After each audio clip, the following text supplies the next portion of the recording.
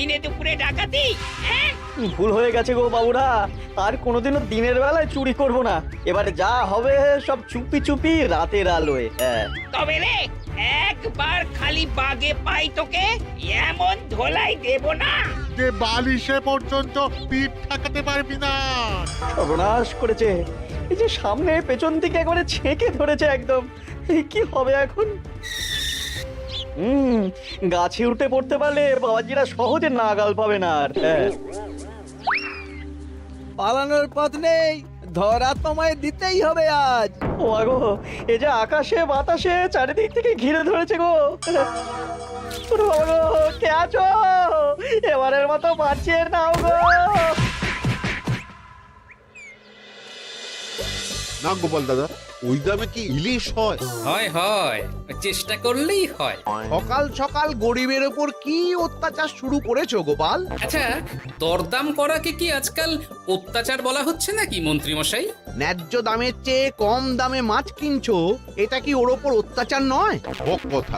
এই দে রে, ওই ইলিশখানা দে দেখি, কত দাম ওটার? হ্যাঁ, চারা না মন্ত্রী মশাই। ব্যাস এইটুকু? আরে এত কম নিলে সংসার চালাবি কি করে রে?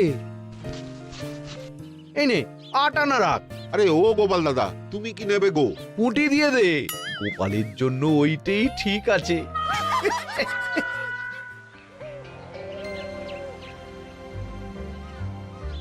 বাজার তো নয় যেন আগুন। দাও একটু জল দাও দেখি, খেয়ে প্রাণটা জুড়াই। পুঁটি মাছ কিনতেই এই অবস্থা, ইলিশ মাছ কিনতে বললে তবে কি করবে গো? হ্যাঁ? ইলিশ! ও মা গো, ইলিশের কথা শুনেই যে বিষম খেলে গো। এই জল খাও, জল খাও, জল খাও।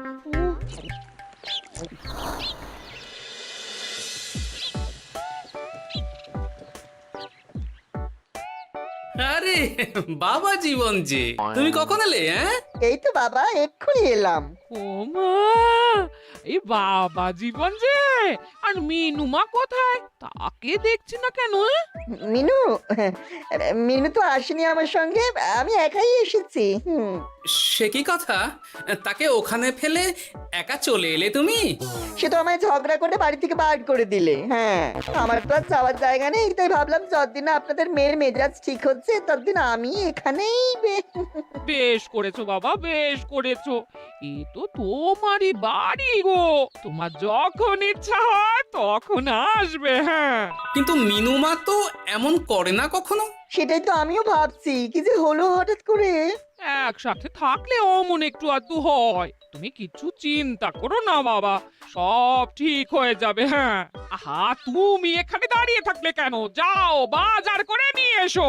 জামাই আমাদের কতদিন পরে এলো। হ্যাঁ, চেহারাটাও কেমন শুকনো লাগছে গো। আহা হা হা হা, রাতে কি খাবে বাবা? লম্বা চালের ভাত দিয়ে একটু পাঁঠার মাংস করে দিই। হ্যাঁ,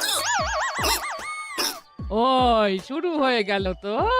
সে তুমি যতই বিষম খাও না কেন, জামাই আমাদের পাঁঠার মাংস খাবেই খাবে, আমি বলে দিলাম। হ্যাঁ,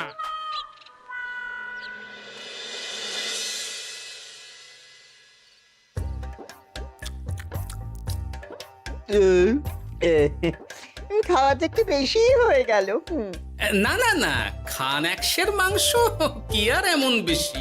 বাবা বোধহয় অবাক হয়ে গেছেন আমার খাবার দেখে। হ্যাঁ, ছি ছি ছি ছি ছি বাবা, এ আবার কি কথা? হ্যাঁ? আগে বলো দেখি, কাল কি খাবে? আরে বাবা, আজকেরটা হজম হতে দাও আগে। তুমি চুপ করো না, আমি তো জিজ্ঞেস করছি ওকে। হ্যাঁ, আসলে মা কি জানেন তো, অনেকদিন ইলিশ খাই না, তাই ভাবছিলাম কি। আমি বলি কি বাবা, আজই তো সবে গুরুপাক করলে, ইলিশটা না হয় কদিন পর হোক। একদম না, বাবা জীবন যখন মুখ ফুটে বলেছে তখন কালই ইলিশ হবে। হ্যাঁ,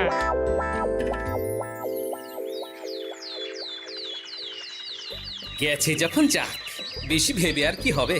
তার চেয়ে বরং গিন্নি যদি একটু তেল ঝাল দিয়ে কষিয়ে রান্না করে, অনেকদিন পর জমিয়ে ইলিশ খাওয়া যাবে। কি এত একা একা ভাবেন বলুন তো বাবা শ্বশুর? ও বাবা, তুমি আবার উদয় হলে কোত্থেকে? শ্বশুর বাড়ি এসেছি বলে কি খালি হাতে বসে থাকবো নাকি? এই একটু বাজার করে নিয়ে এলাম তাই। বাহ বাহ বাহ বাহ বাহ বাহ বাহ। কি বাজার করলে শুনি? তেমন কিছু না, ওই একটু চুনো মাছ আর কুমড়ো শাক।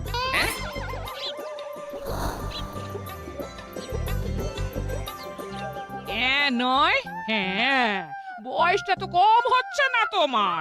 কাল মাংস, আজ ইলিশ, হজম হবে তোমার? হ্যাঁ, কাল মাংস মানে? আমায় তো শুধু ঝোল আলু দিলে তুমি, বাকি সবই ওই। চপ, ওলের সাথে তো কিছুটা মাংস গলে মিশেছে নাকি? সেটা কোথায় যাবে? হ্যাঁ, তা বলে এই চুনো মাছ আর কুমড়ো শাকের ঘ্যাঁট? জানেন তো মা, ইলিশ ভাজার চেয়ে আমার ইলিশ ভাপাটাই বেশি ভালো লাগে। হ্যাঁ, এই নাও নাও নাও, আরো দুটো ইলিশ ভাপা নাও। এই না না, আমি আর পারবো না। পারবে পারবে, সব পারবে। সবে তো 6খানা হয়েছে, আর না নিলে হয় কি করে বলো? হতভাগা, গোটা ইলিশটা সাবড়ে দিল। পারলে বেটা আমাকেও সাবড়ে দেবে কোনোদিন। কি হলো বাবা, আপনিও একটা খাবেন নাকি? না না বাবা, তুমিই খাও, আমার জন্য চুনোই ঠিক আছে। মা, ইলিশ ভাজা আছে নাকি? আসলে ভাজাটা এমন করা হয়েছে না যে আহা, নাও না বাবা নাও, লজ্জার কি? তোমার জন্যই তো করা এত সব। হ্যাঁ,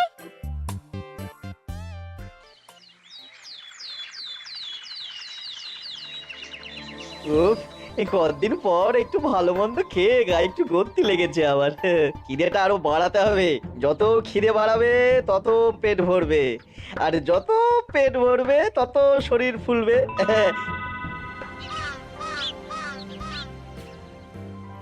চাপে চাপে মুখটা কেমন চুপসে গেছে কদিনেই। এই যে বলি, ওই হাঁড়ির মতো মুখটা দেখার জন্য অত সময় নিলে বাজারটা কি করবে শুনি? হ্যাঁ, তোমাদের চাপে আমার হাঁড়ি তো এবার ঘটি হয়ে যাবে। তাতে লাভ বই, ক্ষতি হবে না কিছু। এখন যাও, বাজারে যাও। বাবা জীবন একটু দই কাতলা খেতে চেয়েছে আজ। হ্যাঁ, এ আচ্ছা জ্বালা তো, সারাদিন খালি খাই খাই আর খাই। তোমারই তো জামাই, তোমার মতোই হয়েছে তাই। বোঝো ঠেলা। না, কেউ নেই। এই বেলা চুপি চুপি মাথাটা একটু ভিজিয়ে নিতে হবে ভালো করে। উফ, কি কুটকুটানি। রে বাপরে বাপ, গোপালের জামাইয়ের একই কীর্তি। দই খাবো দিয়ে চিনি। এই যে বাবা জীবন, তোমার চুলের একই দশা হয়েছে। হ্যাঁ, এই মাটি করেছে রে। মাটির আর কি দেখলে বাবা জীবন?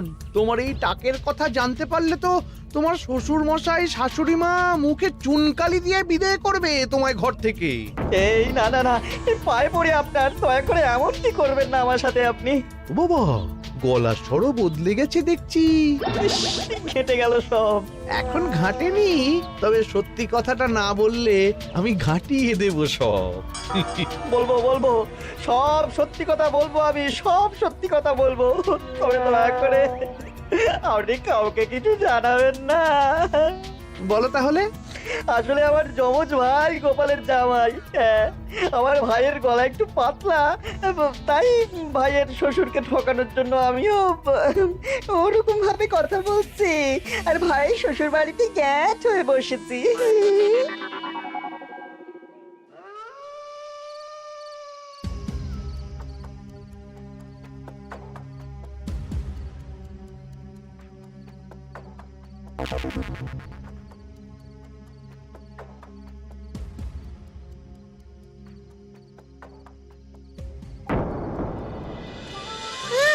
আজ গোপাল দাদুর বাড়িতে ভালোই খাওয়া হবে। হ্যাঁ, হঠাৎ নিমন্ত্রণ পেলে ভালো তো লাগবেই। আরে ওই দেখ, এই সময় মন্ত্রী মশাই কার সাথে কথা বলছেন বলতো? একবার যদি বুঝিয়ে সুঝিয়ে ওর ওই জমিখানা আর যা কিছু সম্পত্তি আছে এসব হাসিল করে নিতে পারিস, তাহলেই ব্যাস। আরে এ তো আমাদের জামাই বাবু। এ যদি সত্যি সম্ভব হয় মন্ত্রী মশাই, তাহলে অর্ধেক সম্পত্তি আমি আপনার পায়ের প্রণামী দেবো, কথা দিচ্ছি। গোপাল বাবা, এবার তোমার কি দশা হয় খালি দেখো। এই কথাগুলো গোপাল দাদুকে এক্ষুনি বলতে হবে। চল। এই কে কে কে ওখানে? কে? শিয়াল হবে হয়তো। শেয়াল? তুমি দেখলে শেয়াল ছিল? শিয়াল ছাড়া আর কি বা হবে?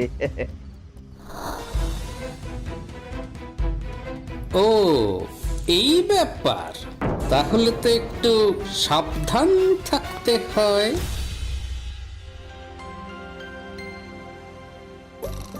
কি হে বাবা জীবন, আর কত ঘুমোবে? তুমি না বলেছিলে আমার চারা গাছের দেখভাল করবে? করবো বাবা, নিশ্চয়ই করবো। তবে গা হাত পাটা তো ম্যাচ ম্যাচ করছে না। ও আবার কি কথা গো? এই নাও নাও নাও, ডাবের জলটা খেয়ে নাও, বে ভালো লাগবে গো। সে না হয় নিচ্ছি, তবে গা হাত পাটা কাউকে একটু টেপাটেপি করিয়ে নিলে ভালো হতো। গিন্নি আমি চলি বুঝলে, এরপর বাজারে গেলে রাজবাড়ি যেতে আমার দেরি হয়ে যাবে। ও সব পরে হবে, দেখছো না জামাই বাবা জীবন কেমন ব্যথায় কষ্ট পাচ্ছে। তুমি বরং একটা লোক ডেকে দাও, বাবা জীবনকে একটু হাত পা টিপে দিক। হ্যাঁ, আরে এখন আমি কোথায় লোক খুঁজতে যাব? খোঁজাখুঁজির কি আছে বাবা? আপনি যদি একটু মানে আর কি বলতেনই তো। আমি আমি কি? হ্যাঁ তা কি বলতে চাইছোটা কি বলো তো? ওহ, তুমিও না সত্যি, সব কথা কি মুখে বলে দিতে হয় গো? আর বুঝতে পারো তো কিছু? বাবা জীবন বলছে তুমি থাকতে অন্য লোকের কি দরকার আছে? তুমি তোর হাত পা টিপে দিতে পারো নাকি? আমি আমি আমি শ্বশুর হয়ে জামাইয়ের গা হাত পা টিপে দেবো? এতে লজ্জা পাওয়ার কি আছে বাবা? জামাই যদি শ্বশুরের সেবা করতে পারে, তাহলে শ্বশুর কেন জামাই সেবা করতে পারবে না? ঠিক কথা। এই দাঁড়াও দাঁড়াও, আমি ঘর থেকে তেল এনে দিচ্ছি, তুমি ভালো করে জামাই বাবা জীবনকে একটু মালিশ করে দাও তো, বরং আরাম হবে। হ্যাঁ হ্যাঁ হ্যাঁ, আমি তেল এনে দিচ্ছি। খুব ভালো হচ্ছে বাবা। এই করে যান, একদম থামবেন না, করে যান। হতভাগা, আমার জান কয়লা করে উনি আরামে ঝিমোচ্ছেন, দিতে হয় এক।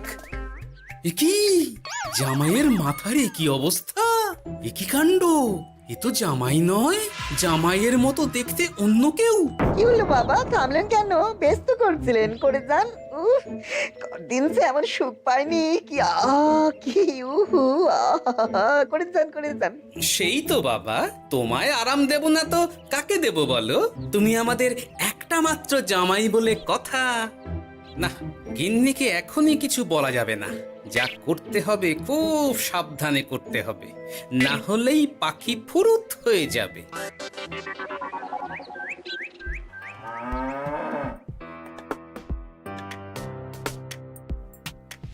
কি বাবা, তুমি এত সকালে?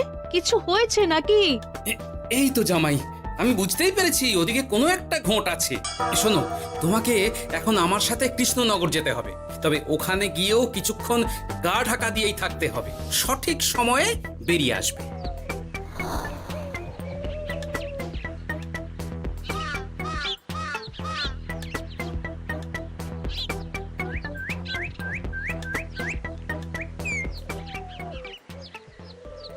এখন দিব্যি বল পাচ্ছি শরীরে। বাবা শ্বশুর কালকে এমন সুন্দর মালিশ করলেন যে সব ব্যথা একবার ফুরুত করে উড়ে গেছে। আজ তো অনেক বেলা অবধি ঘুমিয়েছি। কি গো গিন্নি, কি এত গল্প করছো বাবা জীবনের সাথে? গল্প আর কি, এই আপনার কথাই হচ্ছিল। কাকভরে আপনি কোথায় গিয়েছিলেন? ওই একটু পুরনো বন্ধুর সাথে দেখা করে এলাম। তা কি নিয়ে কথা হচ্ছিল শুনি? বেশ, তোমরা কথা বলো দেখি, এখন আমি যাই, অনেক কাজ পড়ে আছে যে ঘরে। আসলে আমি ভাবছিলাম কি বাবা, আপনার তো বয়স হচ্ছে, তাই আপনি যদি এই সম্পত্তির ভাগটা আমায় দিয়ে দিতেন তাহলে আর কি, মানে বলতেন তো সব। ও বাবা, ওই দিকেও নজর পড়েছে দেখছি। কি হলো বাবা, কি ভাবছেন? না না, বলো বলো, তোমার কথাই শুনছি আমি। হ্যাঁ, ওই আর কি, আপনি সম্পত্তি আমায় লিখে দিন, তাহলে আপনার কাঁধের ভারটা একটু কমবে। হ্যাঁ, কাঁধের ভার কমবে না আমার কাঁধে চড়ে খাওয়া আরো সহজ হবে? বাবা, আপনি কি বলছেন? আপনি যেমন আছেন থাকবেন, শুধু আপনি না থাকলে তো এত বড় সম্পত্তি আমাকেই রক্ষা করতে হবে। তাই আগে থেকেই সবকিছু বুঝে নেওয়া ভালো, তাই না? তাই আপনি যদি ঠিক কথা, একদম উচিত উচিত কথা বলেছো তুমি বাবা জীবন। আমি আজই এক্ষুনি আমার স্থাবর অস্থাবর সব কিছুর মালিকানা দিয়ে দেব তোমাকে, তারপরেই আমার ছুটি, আমি মুক্ত। সত্যি বলছেন বাবা? আপনি আজই আমাকে লিখে দেবেন সব? উফ, কি আনন্দ! মিছে কথা কেন বলবো বাবা? তুমি তো আমার নকল জামাই নও, তুমি হচ্ছ গিয়ে আমার 7টা নয় 5টা নয় একটা মাত্র আসল জামাই। কি হলো বাবা, নকল জামাইয়ের কথা শুনে বিষম খেলে নাকি? না না না বাবা, আমি একদম ঠিক আছি। হ্যাঁ হ্যাঁ হ্যাঁ, ঠিক তো তোমাকে থাকতেই হবে। দাঁড়াও, আমি তাহলে রাজবাড়িতে গিয়ে আমার জমির দলিলটা তোমার নামে লিখিয়ে আসি, বিকেলের মধ্যেই সব কাজ হয়ে যাবে। নিজের বাড়িতে থাকতে রাজবাড়িতে দলিল রেখেছেন কেন? আমার কাঁচা বাড়ি, ইঁদুর পোকামাকড়ের উৎপাত। যাই হোক, আমি এলাম। হ্যাঁ, ভূপাল রে ভূপাল, এবার খুলে যাবে তোর কপাল। হ্যাঁ, শোনো জামাই, তোমাকে কিছু কাজ করতে হবে। কি কাজ? চলো, যেতে যেতে বলছি। সবার আগে এক মুহুরির কাছে যাব, কিছু নকল কাগজপত্র বানাবো, আর তারপর তুমি সেই কাগজ নিয়ে যাবে মন্ত্রীর বাড়ি। কিন্তু কেন? কারণ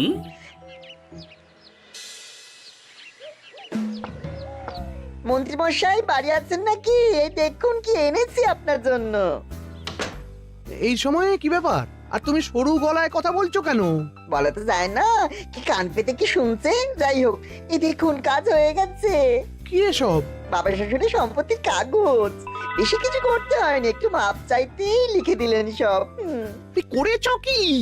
গোপাল এত সহজে লিখে দিল সব? এই নিন, নিজের চোখে দেখুন না। সাব্বাস ভূপাল, সাব্বাস। এতদিনে বেটা গোপালকে বাগে পেয়েছি। কিন্তু সম্পত্তিটা তো আমার ভাইয়ের নামে লিখে নিলাম। আমার ভাইয়ের থেকে আমার নামে কিভাবে হবে? সেসব আমি সামলে নেব। আগে তো গোপালকে ঘর ছাড়া করি। এক্ষুনি চলো আমার সাথে তার বাড়ি। আজই বেটাকে পথে নামিয়ে ছাড়বো। চলুন।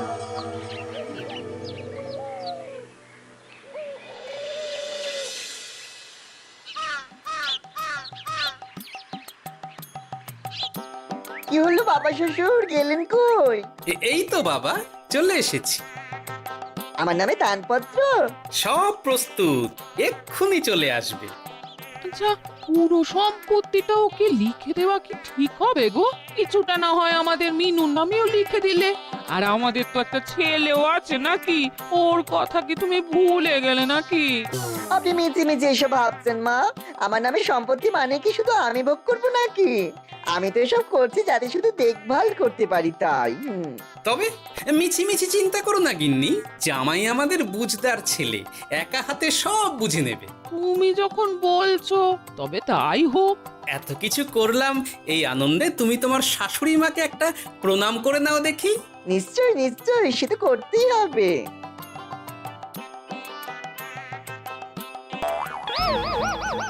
ওমা গো, এত বড় টাক এলো কোত্থেকে?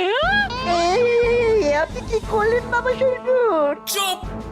এই তো সঠিক সময়ে মন্ত্রী মশাই এসে গেছেন দেখছি। আসতে তো হতোই গোপাল। সম্পত্তি লিখে দিয়ে তুমি এখন বাড়ি ছাড়তে চাইছো না, তা তো হবে না।